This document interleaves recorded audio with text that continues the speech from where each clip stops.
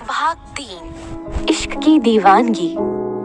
कुछ देर बाद रुद्र की कार होटल स्टार सनशाइन के सामने खड़ी थी। रुद्र कार से बाहर निकलता है और उस होटल को देखते हुए रुद्र का पारा हाई हो जाता है, क्योंकि ये होटल रुद्र को अपने स्टेटस का लग ही नहीं रहा था।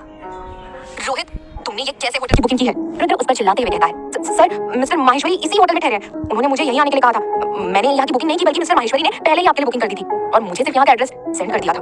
रोहित घबराते हुए उसे बताता है। रुद्र मिस्टर माहेश्वरी का नाम सुनकर कुछ शांत सा हो जाता है और फिर रुद्र लंबे लंबे कदमों से होटल के अंदर जाने लगता है और रोहित उसके पीछे पीछे चल रहा था। रोहित जल्दी से रिसेप्शन पर जाकर रुद्र के कमरे की चाबी मांगता है। रिसेप्शन पर बैठी लड़की जल्दी से बुकिंग चेक करके रोहित को रूम की चाबी पकड़ा देती है। Sir, room number 225। वो लड़की रोहित को चाबी देते हुए कहती है। रोहित चाबी लेकर जल्दी से रुद्र के साथ लिफ्ट की तरफ चल देता है।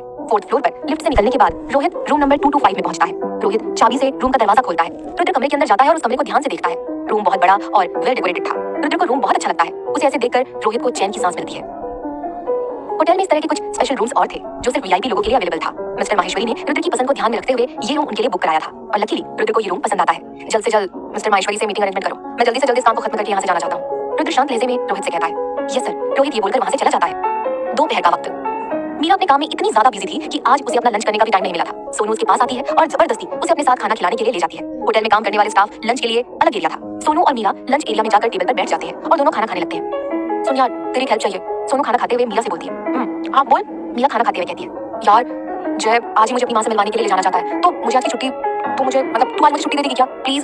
सोनू मासूम सा चेहरा बनाते हुए कहती है, ओके लेकिन जल्दी आ जाना। तुझे पता है ना यहाँ पर कितना ज्यादा काम है। तुझे मेरी हेल्प करनी है। मुझसे ये सब अकेले इतना कुछ हैंडल नहीं होगा। मीरा परेशान सा चेहरा बनाते हुए कहती है, अक्का प्रॉमिस मैं जल्दी आ जाऊंगी। आई लव यू मेरी जान, तू मेरी बेस्ट वाली फ्रेंड है, बेस्ट फ्रेंड है। सोनू उसके गाल पर किस करते हुए कहती है, चल अब बस कर, ज्यादा मस्का मत लगा मुझे। ये बोलकर मीरा और सोनू खाना खाने लगते हैं। खाना खाने के बाद मीरा अपने काम पर दोबारा लग जाती है। इधर सोनू अपनी ड्रेस चेंज करके जय के साथ चली जाती है। दूसरी तरफ रोहित मीटिंग का सारा अरेंजमेंट कर देता है और रुद्र के रूम की ओर चला जाता है। सर, होटल के कैफेटेरिया में प्राइवेट रूम में मिस्टर माहेश्वरी के साथ आपकी मीटिंग की अरेंजमेंट मैंने कर दी है और मिस्टर माहेश्वरी वहां पर आ चुके हैं। वो आपके आने का इंतजार कर रहे हैं। ये बोलकर रोहित वहां से चला जाता है। रुद्र भी कुछ देर बाद अपने रूम से कैफेटेरिया जाने के लिए निकल जाता है। Cafeteria hotel. कुछ देर बाद रुद्र कैफेटेरिया के प्राइवेट रूम में पहुंचता है। वहां लगभग 60-65 साल के एक बुजुर्ग आदमी बैठे हुए थे। ये माहेश्वरी ग्रुप के ओनर मिस्टर आनंद माहेश्वरी थे। उनके साथ एक लड़की बैठी हुई थी जो कि लगभग 25 साल की थी। गोरा रंग, ब्लैक कलर का वन पीस, डार्क मेकअप, गर्दन तक उसके बाल लगभग सुंदर ही लग रही थी। रुद्र आकर मिस्टर माहेश्वरी के पैर छूता है। फिर आनंद जी उसको गले से लगा लेते हैं। मिस्टर आनंद माहेश्वरी रुद्र के दादाजी के क्लोज फ्रेंड थे। कैसे हो रुद्राक्ष? मिस्टर आनंद माहेश्वरी उससे पूछते हैं। गुड। रुद्र छोटा सा जवाब देता है। Rudraksh, meet my granddaughter Alia Maheshwari. Mister Maheshwari अपने साथ आई हुई लड़की को रुद्र से मिलवाते हैं। रुद्र ऊपर से नीचे तक आलिया को देखता है और एक छोटी सी स्माइल देते हुए वो आलिया की तरफ अपना हाथ आगे बढ़ाता है। इधर आलिया, जो रुद्र को देखकर उसकी तरफ फुल्ली अट्रैक्टेड हो गई थी, वो खोई हुई सी अपना हाथ उससे मिलाने के लिए आगे बढ़ा देती है। उसके बाद वो तीनों अपनी जगह पर बैठ जाते हैं।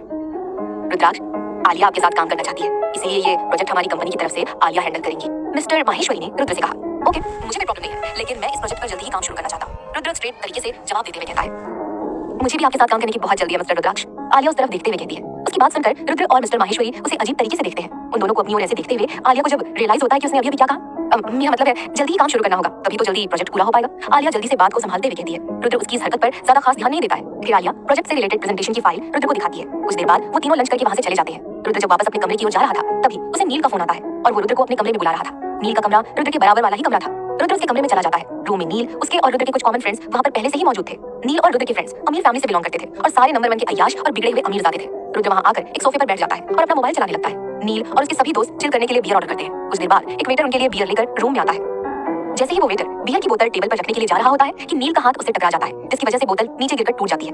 थोड़ी सी बियर नील के जूते और पैंट्स पर भी गिर जाती है। ये देखकर नील को बहुत गुस्सा आता है और वो गुस्से से वेटर की कॉलर पकड़कर उसे मारने लगता है। उसे छोड़ो, कॉल मैनेजर। कैसे कैसे लोगों को नौकरी पर रखा है? रुद्र मोबाइल को देखते हुए नील से कहता है। रुद्र की बात सुनकर नील मैनेजर को कॉल करता है। कॉल आशीष का असिस्टेंट मैनेजर उठाता है। नील उन्हें बहुत कुछ सुनाता है। अभी के अभी मैनेजर को रूम नंबर 226 में भेजो, वरना पूरे होटल को बंद करवा दूंगा। नील गुस्से में बोलता है। असिस्टेंट मैनेजर बहुत बुरी तरह डर जाता है। उसे पता था कि आशीष तो यहाँ है ही नहीं। वो सीधा मीरा को फोन करके सारी परेशानी बता देता है। हेलो, आप परेशान मत होइए, मैं अभी वहां जाती हूँ, मीरा बोलती है। कुछ देर बाद मीरा रूम नंबर 226 के दरवाजे को नॉक करती है। अंदर से दरवाजा नील का एक दोस्त खोलता है और अपने सामने खड़ी मीरा के खूबसूरत चेहरे को देखता है तो उसके चेहरे पर हवस से भरी मुस्कान आ जाती है। वो मीरा को बहुत गंदी नजरों से देखने लगता है। मीरा को बहुत ज्यादा अनकंफर्टेबल फील हो रहा था। वो होटल का कस्टमर था, इसलिए वो उसे कुछ बोल नहीं पा रही थी। सर, आपने कॉल की थी? Sir, any problem here? Meera उसे बहुत पोलाइट तरीके से ग्रीट करते हुए बोलती है। वो आदमी बस मीरा को अंदर आने के लिए इशारा करता है और मीरा भी उसके पीछे कमरे के अंदर चली जाती है।